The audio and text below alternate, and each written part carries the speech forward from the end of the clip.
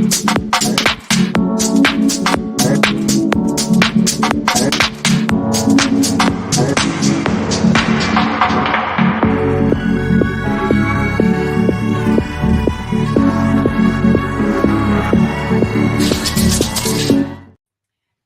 my Crystal Loves Texas family. I hope everybody is doing well today. I'm coming from summer school, and I know that so many of my teachers, friends who are at home now, they are finally breathing a sigh of relief. My guest, Michelle Williams. How are you doing, Michelle? I know you've been running like crazy. Yeah, I have. Thank you for the invitation to have this most important conversation about HISD. Absolutely. And Michelle, we're going to kind of jump right into it because I know that you've got other meetings that you've got to try to get to.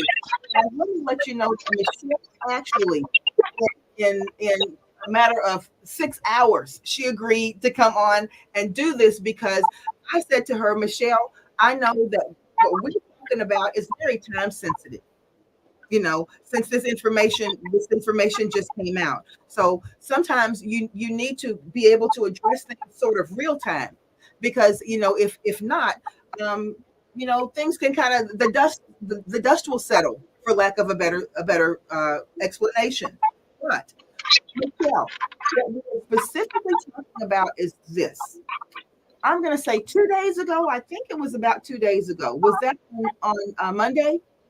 Yes, The STAAR scores came in. These are the preliminary STAAR scores for Houston ISD. Is that correct? correct. Okay. And preliminary meaning that everything has been tallied, everything has been accounted for, but it hasn't been made official on paper yet. We're just waiting for paper. Okay.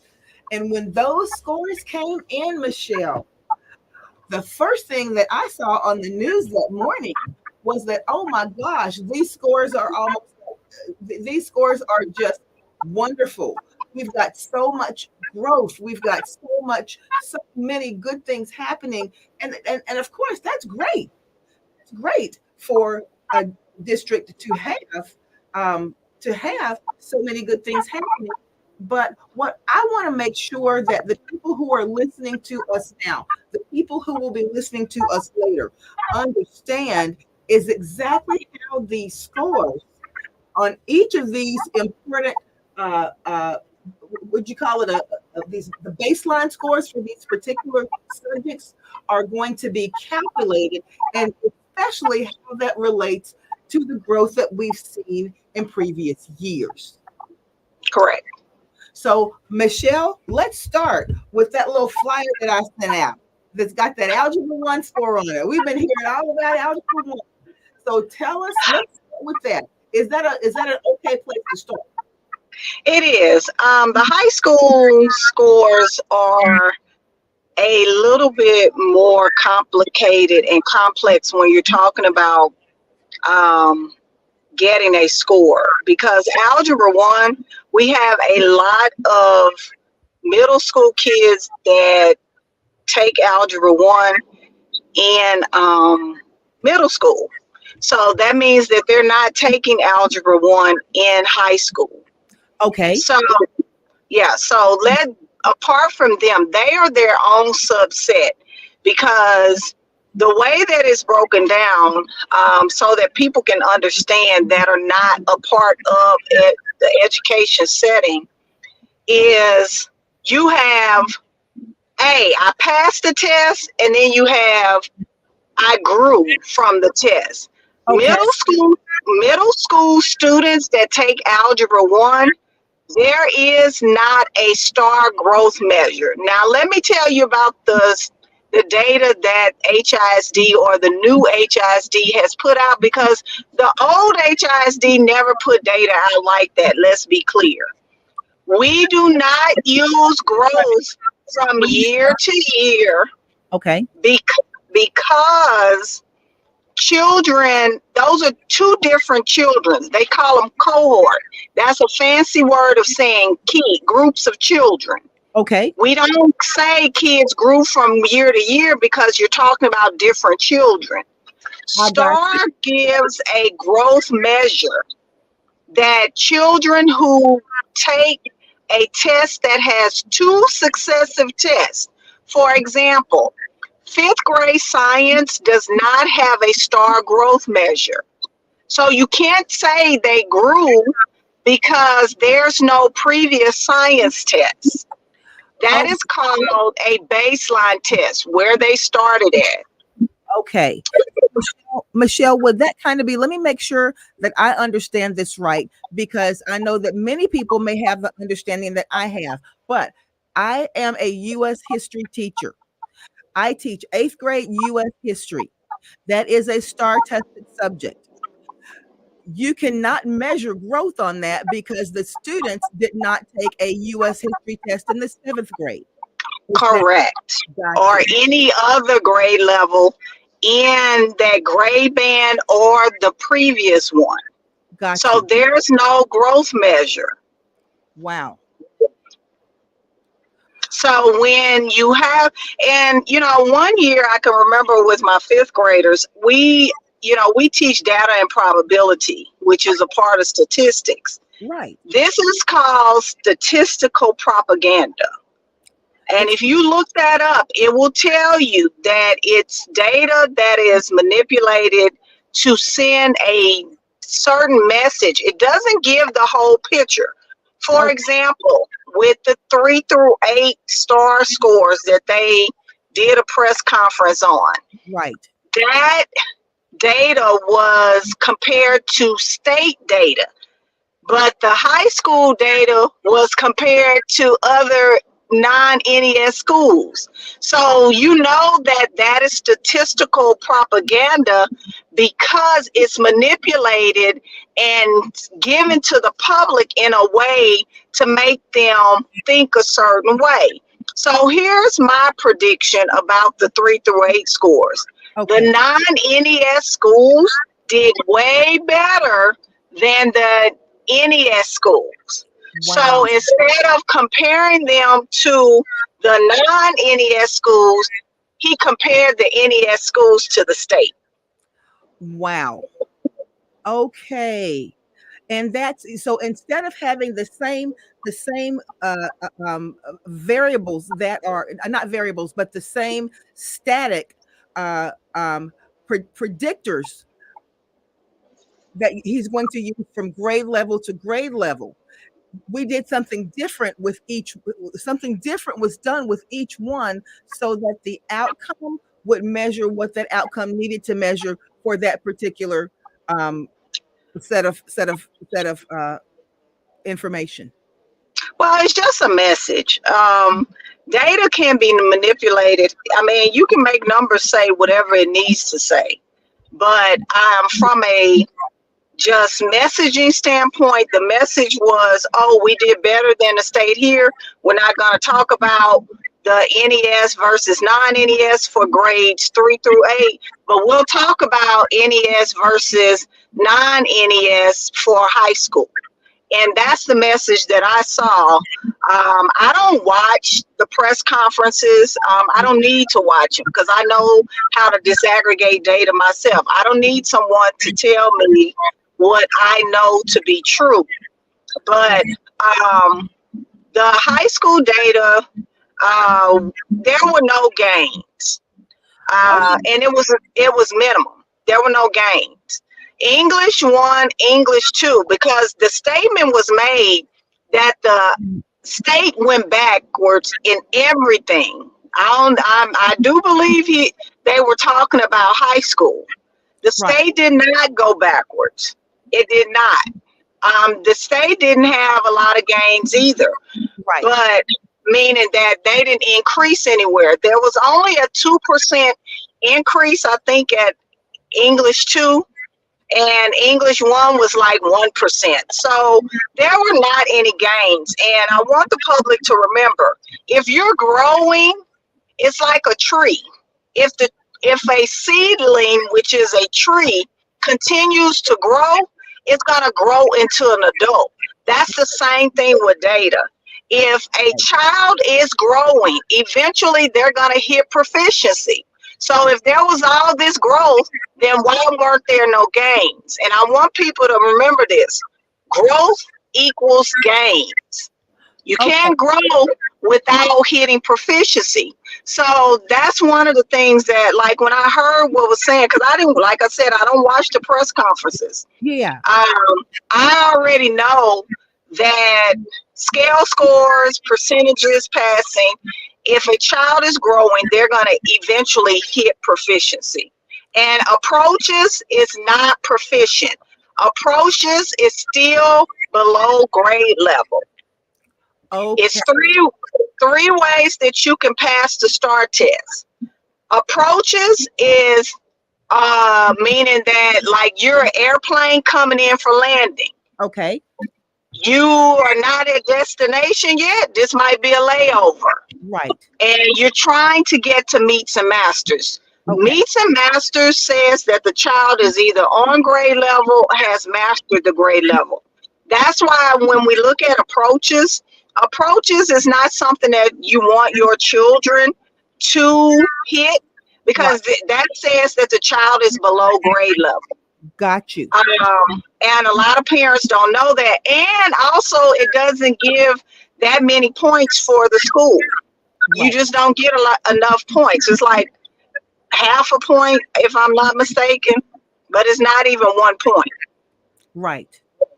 Okay. You know, now a lot of parents are going to be looking at this. The third grade students overall, I'm just using this as a scenario. Third grade students overall did better this year than third grade students did last year. I think that's what a lot of people were looking at. So tell me why that would not be an effective measure. Because those are different children. The only effective measure is the TEA accountability rating, which is domain 3, closing the gaps. Domain 3 on the accountability rating or campus rating for the school will tell you, did the kids do better or grow from where they are? We do not do cohort to cohort. We don't. We look at kids cohort wise, because even when they're in high school, high school graduation rates are based on groups of kids. It's not based on the kids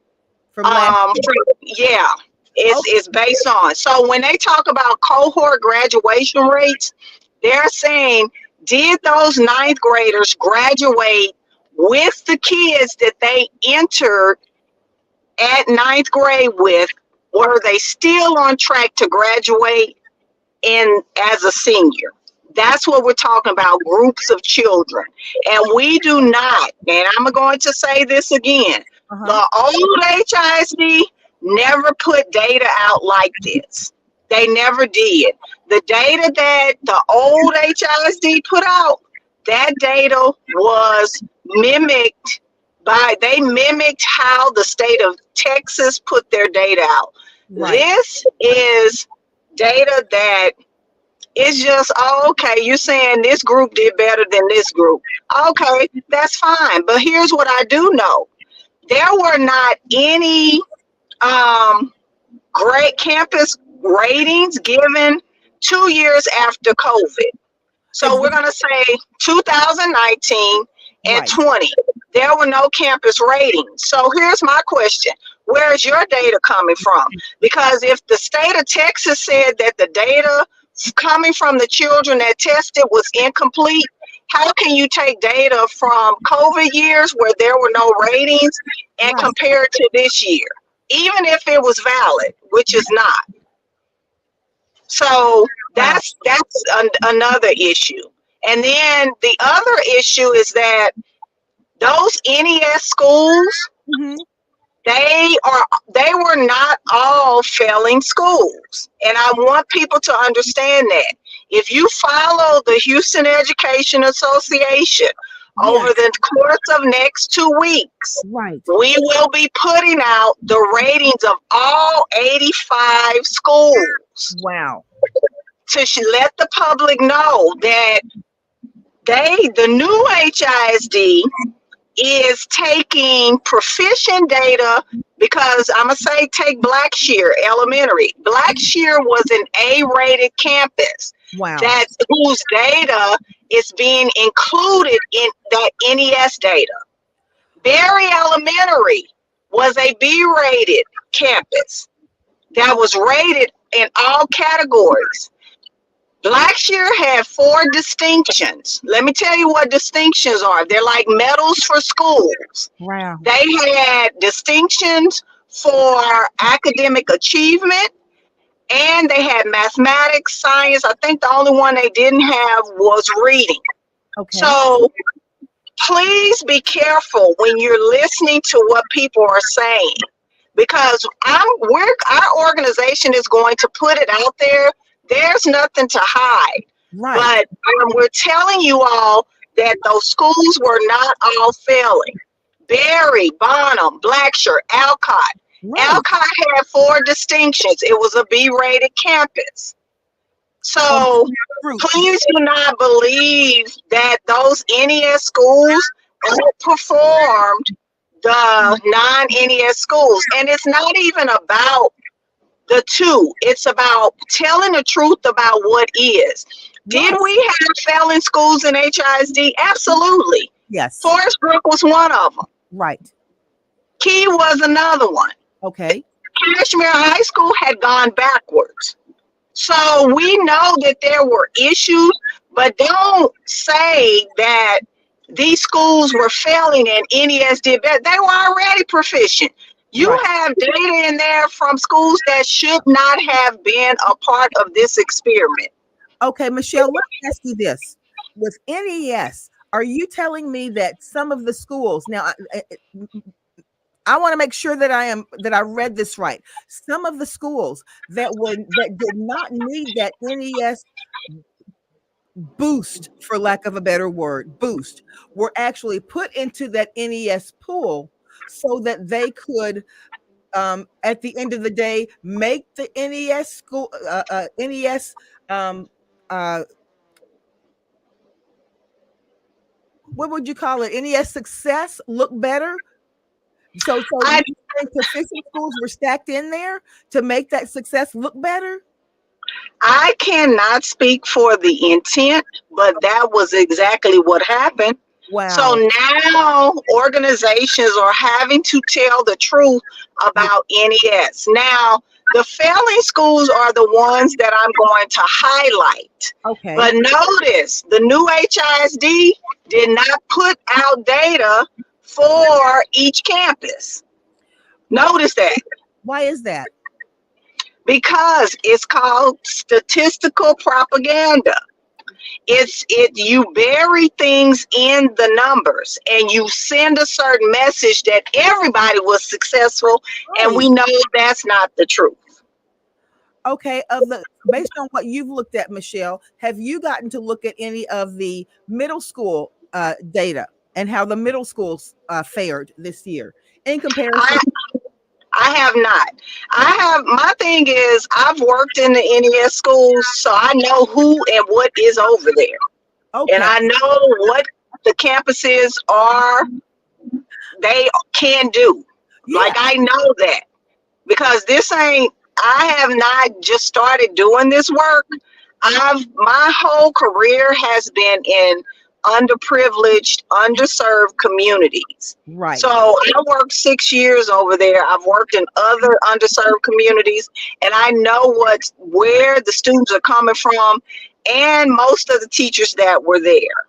And Michelle, let me ask you this: How can you make the comparison? How can you make the comparison? And I know that we spoke about this a little bit before, but under the previous administration, we know that several of these schools were experiencing significant growth. Mm-hmm. Have we in any way looked at the amount of growth that those schools were experiencing in comparison to the growth or lack of growth or reverse growth that has happened this year? Has there been any measure to look at that? Well, issue. So Achieve 180. I don't know about the Rise program because Rise didn't have enough data because he wasn't obviously here long enough for the program to have any effect. Right. So we can go back to Achieve 180. Achieve 180 reduced the number of DNF schools by from 27 to 11. Okay. Wow. Now, one of the pillars of Achieve 180 was experienced teachers with proven track records. Yes. That's a turnaround initiative similar to this NES stuff. But it also had gains. Wow. So when Channel 13 fact checked the high school gains, Right. they said, after over the course of 7 years, there were years where there were higher gains, which probably was Achieve 180. Right. So that's what I'm saying. Those things, if you have experienced teachers on a campus, Right. you will make gains. For example, I'm going to use Forest Brook. Right. And Forest Brook only had a small number of inexperienced teachers. I'm going to say that again. Yes. Forest Brook Middle School only had a small number of first year teachers. And that was right. Yes. Because that principal over there, and I can tell you, knows that when you have an experienced teacher in front of kids with that demographic, you will do better. That's right. So most experienced principals, and she is one, they know that first year teachers are not going to cut the mustard. And I'm not saying that you don't have any, but you're not supposed to have a lot, because the research behind it is that with your most challenging students, you should have the most experienced teachers. Absolutely. But this NES model is promoting the opposite because, first of all, let's be clear. Teachers with a lot of experience are harder on the budget. They are. Yeah. And teachers with a lot of experience and knowledge, you can't sell those wolf tickets to them. That's right. Because it's a hard sell to them. And it's not because veteran teachers or experienced teachers are stuck in their ways. We have worked with these children for years. And what I'm telling you, it's a buffet style teaching, not a cookie cutter type of teaching. Exactly. But I have a question. So all of this supposedly started with Wheatley High School. Okay, Wheatley High School was the school that they said, okay, we got to do this takeover because Wheatley is consistently failing. You and I both are over the HISD teacher group. We have not heard anything about Wheatley since this takeover. So can you enlighten us, if you can, about what's going on with Wheatley? Good question. So supposedly, Wheatley is the reason why this whole takeover is. I haven't heard anything about Wheatley's test scores, but what I do know, prior to the takeover, Wheatley was doing fine. Now, I do know if there's a decline from Wheatley, then it's because of what has been implemented. Because what I know to be true before the takeover, Wheatley had a passing score. Wow. So then why? So do you think Wheatley is just used, in your professional opinion, as a pawn? Can, right. Attest to this too. In your professional opinion, do either one of you think Wheatley was scapegoat? Used as a pawn. I think Wheatley was a school that was used. I mean, and I can't say it was a pawn because there were other school districts like Ector County that gave the state Ector Intermediate to keep the state from taking over their entire district. You see what I'm saying? So I can't say it was used as a pawn. I just think that the whole entire bill and situation is a way to tear and take away schools from public school system. It's an attack on the public school system. And it's a way to, it's the good old boy system to get your friends contracts. What people don't understand, a lot of these companies, Johnson and Johnson, all of these companies were built on the backs of government contracts. Right. This is no different. Right.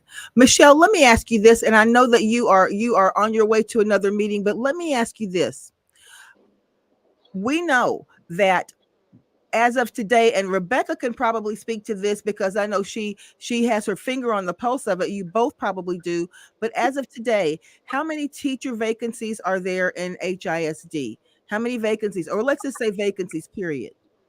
Posted vacancies are over 2,000, but vacancies, here's what that people don't know.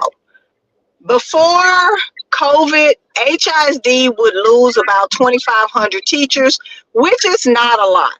It's not a lot because HISD had 11,000 teachers. Right. So we'll say that was about, it probably not even 3%, maybe 5%. So we'll say 25, but after COVID, HISD, the number of teachers leaving HISD was 5,000. So it doubled. Right. So 5,000 after COVID. I believe we're going to see at least 75% of HISD's teachers leave. And the only way we're going to find out the true number, right, we're either going to have to do a public information request or it's going to be something that has to come from TEA. Well, I looked today on the employment. I was just being nosy just to see if I still had access, and I do. They were saying that on the employment, it was 2,879 teachers vacancies as of today. Teacher vacancies or employee vacancies? No, because on the employee portal, right, they have it divided. Principals, principals, teachers, right. And mind y'all too, they're short 450 principals, assistant principals. Okay, Michelle, let me ask you one more question. We know that part of the NES model has been to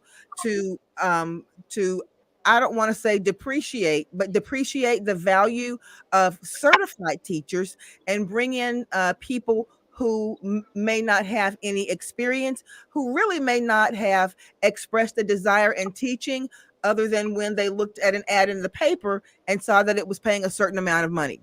Now, when you have this type of candidate who's coming in, how do you think that this is going to affect the outcomes that we see 5 years down the road, and what type of longevity do you think that this particular candidate will have? It's going to be a devastating effect on students immediately. Right. One of the things you're going to see is an uptick in behavior, because that's one of the issues that teachers across the board, as first year teachers and inexperienced teachers, deal with. They cannot manage classrooms. That's right. And you cannot teach a class that is out of control. And here's the thing, I don't care what that NES model says, a teacher has to be the one who has the power in the classroom. That's absolutely you cannot depend on an administrator to handle your discipline unless it's something that is out of your control, and that's not everyday things. That's right. So that's first and foremost.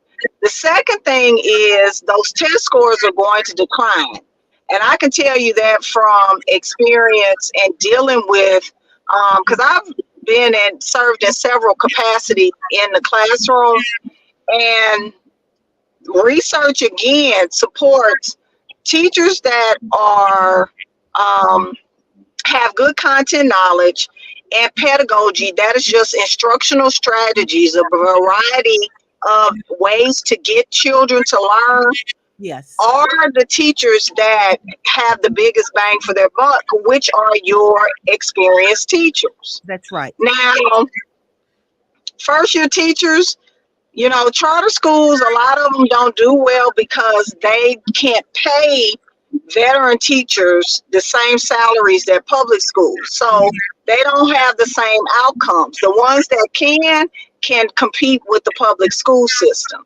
Exactly. But those scores, you know, they're talking about, and let's just say, you know, hypothetically, that what the new HISD is saying is true. Well, it ain't going to be true next year, because what I do know, if you're talking about teachers that left the district, HISD teachers gave HISD a chance. That's They right. gave them 1 year, whether they were terminated, not coming back. Well, They're Michelle, gone.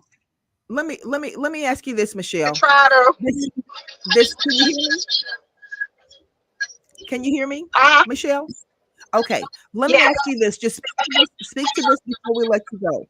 This bond that's coming up, that's being presented by HISD now, can you lend a little bit of information as to what this bond is and what voters are being asked to support? And is this something that is going to put more certified teachers in the classroom? What is this bond going to support? It's not supporting Latino or Black communities or schools. That's what I do know it's not doing. I went to 3 of the 4 or 5 meetings, and what most disturbed me is that the new HISD is parading the Northeast schools, Forest Brook, Key, Cashmere, but none of that bond money is going to replace any of those schools. What? No, that is not happening. What they're trying to do, and let's be clear, co-locate means close. They are closing Cashmere Gardens because that's what came out of the Forsberg meeting. Co-locate means to close. Okay. So they're going to close Cashmere Gardens in lieu of replacing it and build a new wing in a mold-infested Key Middle School. The school is horrible.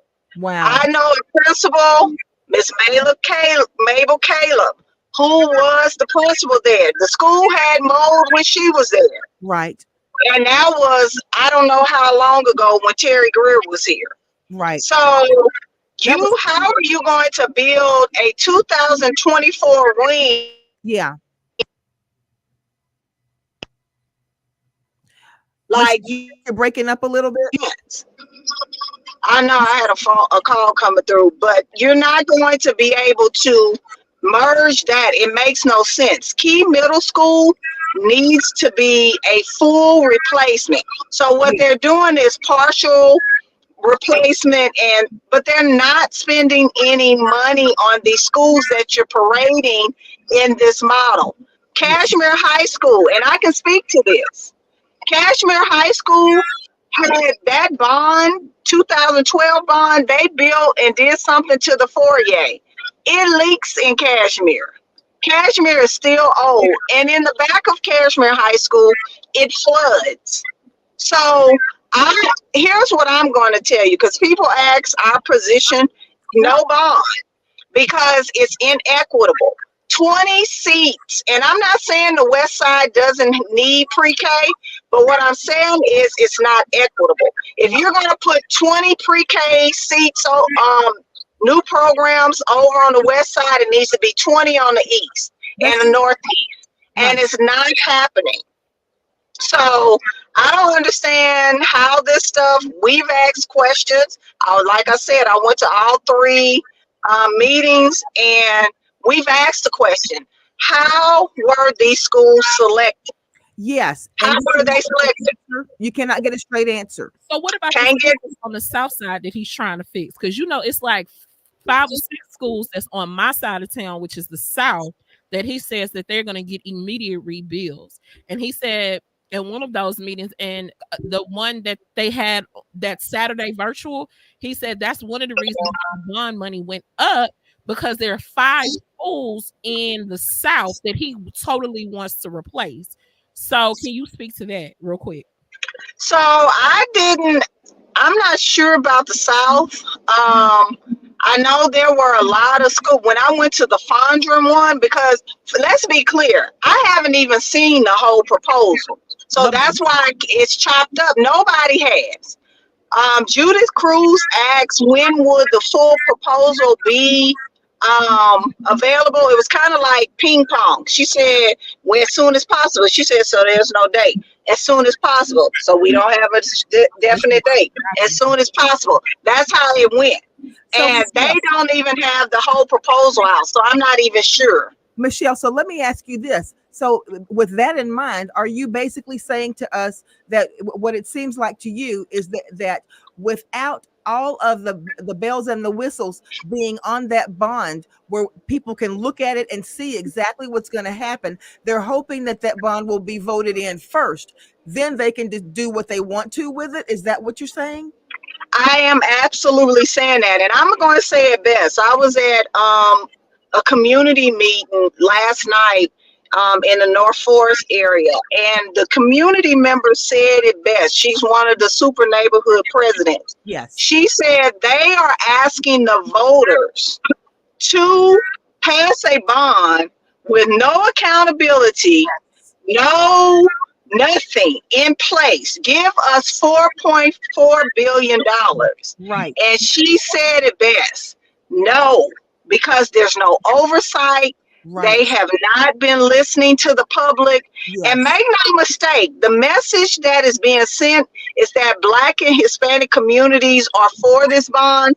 They are not. Right. They are not for this bond. And there are people that I did the live stream from that meeting. Right. They are not backing this bond, but they're hoping that they will. But we are getting out in the communities and telling them that it's not supporting the communities. And she said it best, that they are just like with other times that bonds were passed, they still did not do their due diligence. I'm not defending the old HISD. Right. It had inequities as well. That's right. But they had sense enough not to ask for a bond. Right. That's what they did. So Michelle, are you saying that if this bond goes forward like it is, or if it does not pass, can you foresee a retaliatory position being taken by HISD because that bond is not passed? Oh no, because like one of the parents, I forgot what school she was from in her interview. She said this is the first time that the people in Houston have had a chance to vote on anything, and she's voting no. So, it's not retaliatory. I'm pretty sure a lot of the teachers would take the stance, I'd rather teach in a tent than to give $4.4 billion to someone and a board of managers who will not protect the public's interest. Right. Because here, retaliation on his part.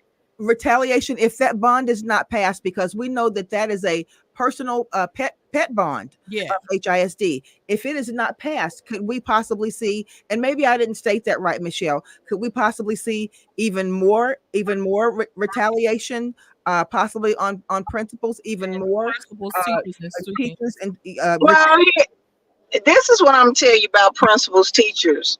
Principals and teachers need to learn how to stand up. Yes.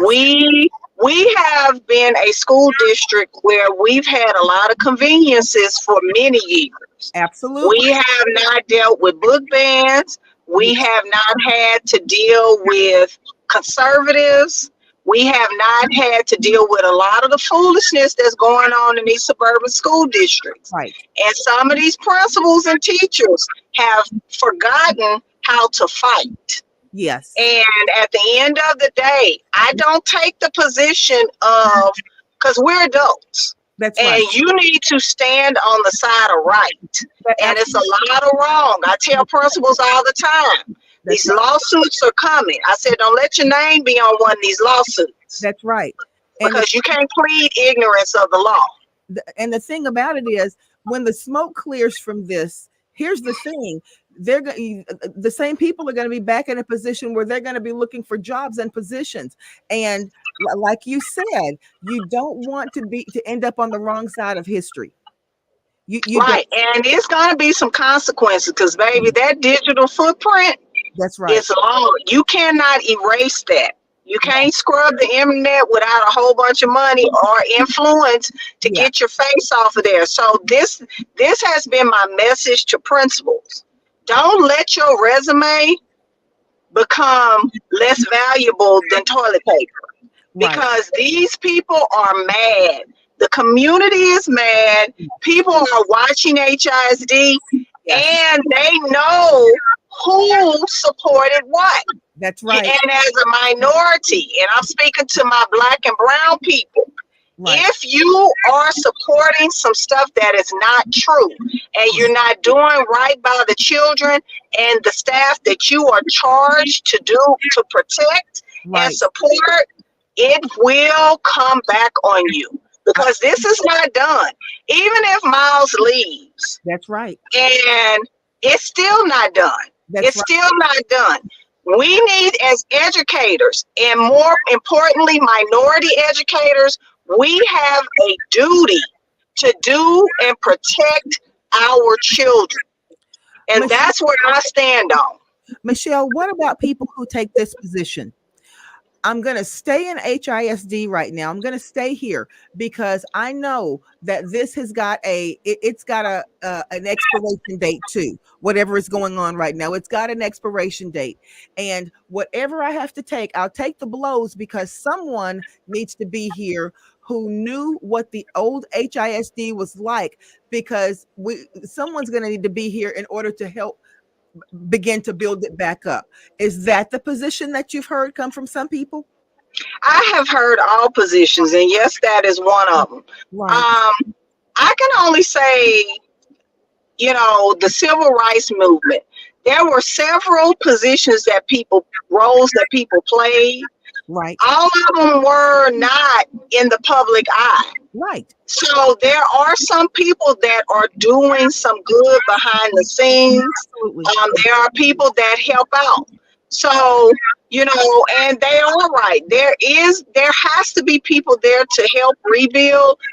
For me, and listening to the community member and at the North Forest meeting, I had to remind myself, we are the history tellers. If it wasn't for me, like when Rod Page came out, I said, I know he didn't come out and say anything. I know he didn't. Right. I said, because baby, he was my first superintendent, and he was horrible. Right. He was horrible. And I'm going to tell you why. Because one lady had to remind her, it was a scandal about his chauffeur getting paid more than the teachers. Right. Yeah. So, and then we can thank him for the over testing of HISD students. He ushered that in. He brought in a failed unfunded mandate, No Child Left Behind, that nobody talks about anymore. So, I had to remind myself, we are here for a purpose. So if you're a teacher that has been here a long time, like I told them, y'all probably don't remember Rod Page, but I do, with them cowboy boots, and they have much to say. I was in school. I remember but I was a student. Yes. So he didn't do anything. Michelle, if you could leave the people who are going to be watching this, and the people who are going to be watching this after this is done being live, what message do you want to leave people with so that they know and they feel like they are armed with knowledge going forward and listening to the reports that come out and taking their voices to the ballot box. So this is what I want you all to understand. First of all, our organization puts out factual information. If you need to know anything about everything that's going on, please follow our handle. We have a automated social media post that posts pertinent information over and over again. Okay. So the Houston Education Association, follow, like, subscribe, whatever it is on these platforms, and get information for yourself. I cannot chew your food and then give it to you to swallow. You have to be informed on your own.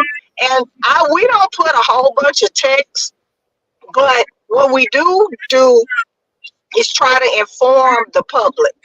Right. Secondly, talk, get connected to people. And people are sharing sharing a plethora of knowledge. Okay. And people are sharing knowledge, but we want to make sure that people are connected to the transparent knowledge. You know, there are going to be people out there who will spread the propaganda that's being spewed. They are, but at the end of the day, you cannot. I just gave you an analogy. You can't expect somebody to chew your food and then give it to you to digest. Right. They said, and I'm going to quote, if you want to hide something from a black person, put it in a book. Yeah. Don't let that be your legacy or be true. Right. You seek out the knowledge and what needs to be done. And if you don't understand, ask. That's right. And like I said, on our handle, we have a plethora of knowledge. On Facebook, it houses all the live streams and everything that we post. It is not propaganda, it's factual. We get the information from TEA.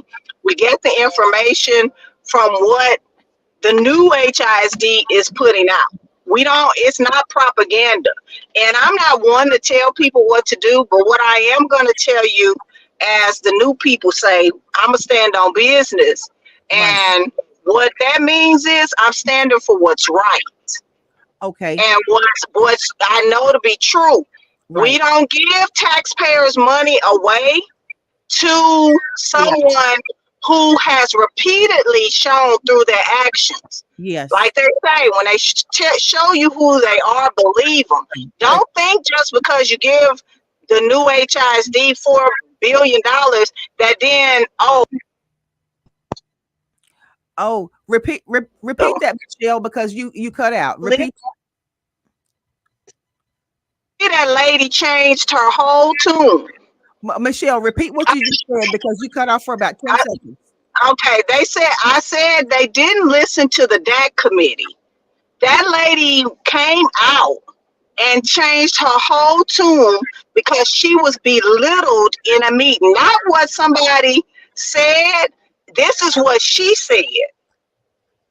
So, just do your homework. If you have questions, you can always message us on those platforms, and we have information, or we're in a lot in the community, or we can connect you with one of your community members that will sit down and explain to you. And secondly, get registered to vote.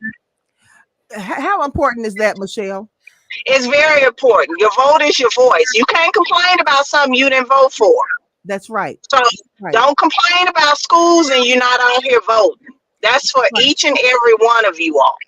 And as is your organization, Michelle, only for teachers, or can auxiliary members of the community also get involved and help support it?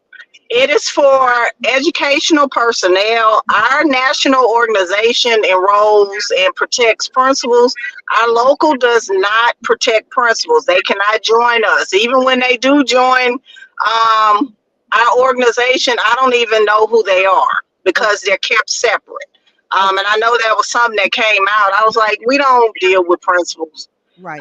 NEA does. And it's good that they do deal with them because the information that they get from those principals is vital to the whole defense. You see what I'm saying? Right. So it's just a lot that different pieces that are going on here. But we do custodians. We do. I know we have a lot of people from the administration building, Para- teachers, yeah, and paraprofessionals. and All of Michelle, let me say this to you. You were speaking a minute ago to principals who uphold what's going on now, but let's be clear, there have been some very brave principals who have come forward after being terminated and spoken about what they experienced and why they either were terminated or left their positions voluntarily, and some of the stories that were told were frightening. of course. But like I said, we are a school district that has enjoyed a lot of freedoms We have. and protection. We have always been protected by the city of Houston. Yes. And make no mistake, this is politics. Right. It's about red and blue. Right. So at the end of the day, you gotta use that muscle, and that muscle memory has to come back. That's what I'm saying.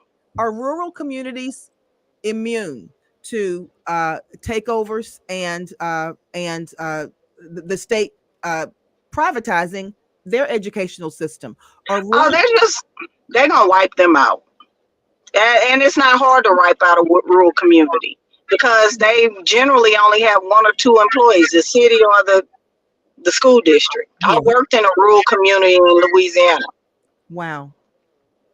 Yeah, so anything that's detrimental to the school system, they are going to feel it tenfold.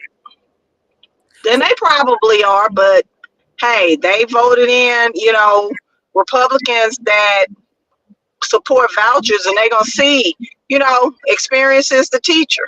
They're going to see how well everybody's going to feel it. The charter schools are going to feel it because the charter schools, they understand, because if the school systems fail, guess where charters are going to fail? They're going to fail too, because charters are funded through the Robin Hood funding. People don't know that.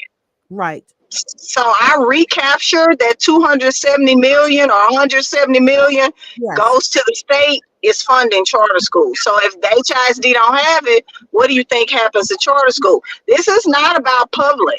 Right. This is about dismantling the whole system, public and charter. Because you're going to get a 2-for-1 when you knock down the public schools. Michelle, you said it's about public and charter? Yes, because Yeah. the recapture funds charter schools. So if the public schools can't pay recapture, there's no charter school. Man, this is a lot to digest, Michelle. It really is.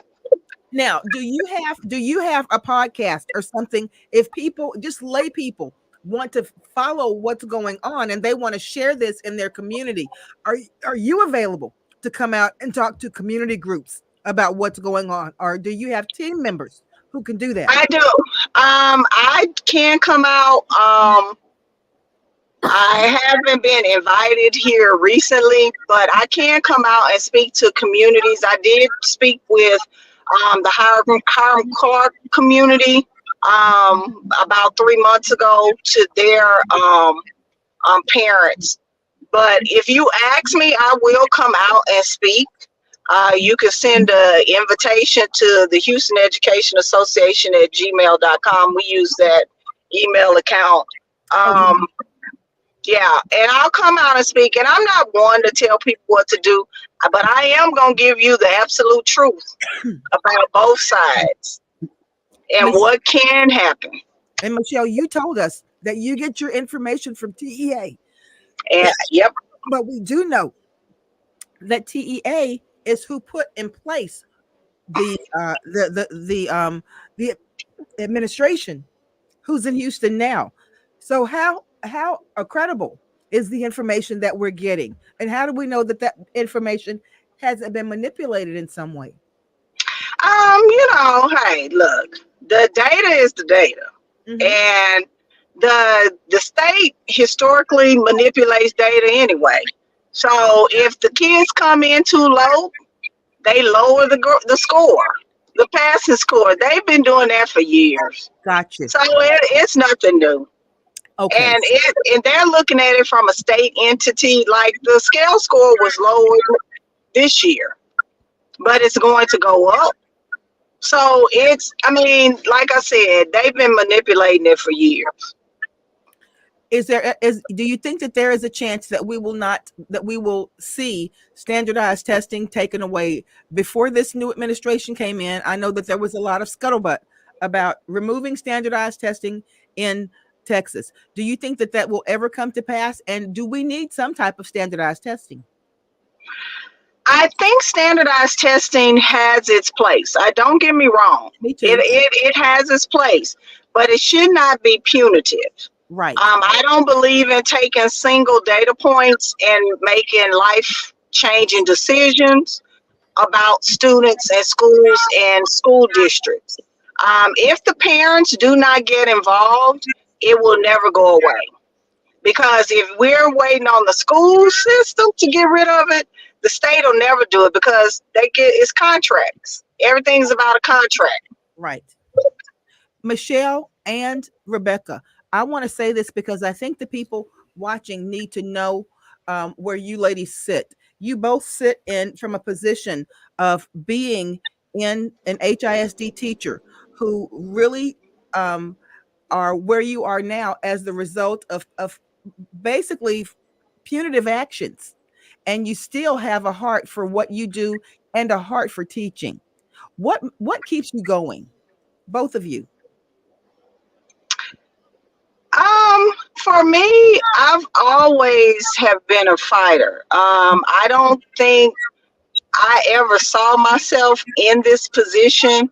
Yeah. I think it was something that for the faith-based people, I'm not an extreme spiritual person, but I do believe in the Lord. Yeah. And I believe that this was my path from long time ago. Because I was like, why am I fighting all the time? I've been fighting principles for a long time. Yeah. And I can say everything that I need is provided for. Yeah. You know, everything, I'm equipped with everything. Like, there's nothing that I can say that, you know, I don't have to fight this battle. Right. I have community people. I have people that have told me and whispered and said, hey, keep doing a good job. And those are the things that keep me going, because I do live in a bubble. My life has been flipped, turned upside down in unimaginable ways. People don't understand that. Right. But at the end of the day, I know that if we don't protect education and protect our children, then who's going to do it? That's right. What about you, Rebecca? I guess for me, just seeing the hardworking teachers who really, really, really, really, really have a passion for education and who have a passion, and all they want to do is teach. Right. And nobody is standing up for them. And a lot of them are, I guess, scared to stand up for themselves. Let's say no one on the inside. Right. No one on the inside. People like Michelle, right? Like the people from HFT, people who stand for teachers are backing them. But in many ways, this administration has clipped even their wings. Right. And Crystal, you know, personally, I've been in this situation before. Yes. And you know that I was scared to speak out. You know the stress and stuff that I went through. Right. And I said never again. Right. Never again. So it wasn't that I just got all of this courage all of a sudden. I actually have been through this before, right, in a worse capacity. And I said, you know what? I don't want to see anybody go through this. So if I have to stand up and speak out and do what I have to do so nobody else has to go through this, then I'm willing to do it. Now, again, I didn't realize that my platform was going to be big as it was, because I was just trying to protect the people that I work with in my school. And so many people just kept calling me, and it was just for me to do. God gives people voices. Like Michelle said, there are some people that the Lord has equipped them to work in the background, but Right. there are some people who God is just not giving a spirit of fear to, and put us in the forefront. And I have paid a price. Like Michelle said, I've paid a big price. Well, Rebecca Williams and Michelle Williams, no relation. I want to thank you both for coming on and sharing what you have and clarifying so much of what we needed to hear clarified, because when you're not getting a full picture, you can't make a sound decision. So we want the public, the lay people out there, to know exactly what's going on, not to say that their students are not achieving, but we want to make sure that we put a bar in front of those students that's achievable, and that it's something that they can be proud of when they do achieve. Absolutely. Well, ladies, thank you so much. Thank you for our viewers. What we didn't do, guys, is look at the comments, and I am so sorry I didn't do that. But we will make sure. Let me grab those comments really, really quickly and see what people. Good. Okay, we have a lot of and guys, if you look at this, we don't have a lot of comments posted because y'all, and Rebecca knows that we always have lots of comments, but you have a spirit of fear there among teachers Yeah. for posting. And I really, really hate that. But we want to make sure that we are moving away from that spirit of fear. Retaliation is real. That's right. And hopefully we're coming to the end of that particular road and never to see it again. Michelle Williams, Rebecca Williams, as we say every week, we can do it. Do And it. we'll see you next week. Bye, guys.